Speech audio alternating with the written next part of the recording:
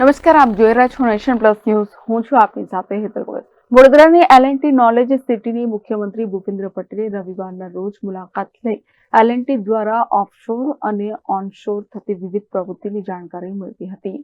આ દરમિયાન મુખ્યમંત્રીએ કોર્પોરેટ બ્લોકની માહિતી લીધા બાદ L&Tના વરિષ્ઠ અધિકારીઓ સાથે બેઠક પણ યોજી હતી. આ બેઠકમાં મુખ્યમંત્રી સમક્ષ ટૂંકું બ્રીફિંગ પણ કરાયો હતો.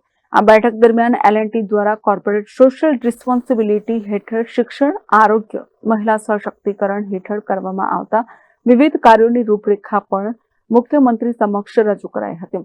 તદુપરાંત PM નરેન્દ્ર મોદીએ વ્યક્ત કરેલા લોકલ ટુ ગ્લોબલના સંકલ્પ અનુસાર આ કંપની દ્વારા રાષ્ટ્રીય અને આંતરરાષ્ટ્રીય સ્તરે કરાતા કામોનું પ્રેઝન્ટેશન કરાયું હતું. આ દરમિયાન municipal commissioner Dilip Rana, collector doctor Anil Dhameliya, L&Tના whole time director Anil V. Parab, general manager Dhiren Patel ઉપરાંત સતીશ પાલેકર, T.K. રામચંદ્રન, અજય જૈન, દિવ્ય ભટ્ટ, નેહલ શાહ ઉપસ્થિત રહ્યા હતા. Bureau report, nation plus news, Vadodara. સમાચારોના સતત અપડેટ મેળવવા માટે અમારી નેશન પ્લસ ન્યૂઝની યુટ્યુબ ચેનલને સબસ્ક્રાઇબ કરો, બેલ આઇકન દબાવો અને જોડાયેલા રહો ફેસબુક, ઇન્સ્ટાગ્રામ અને ટ્વિટર પર.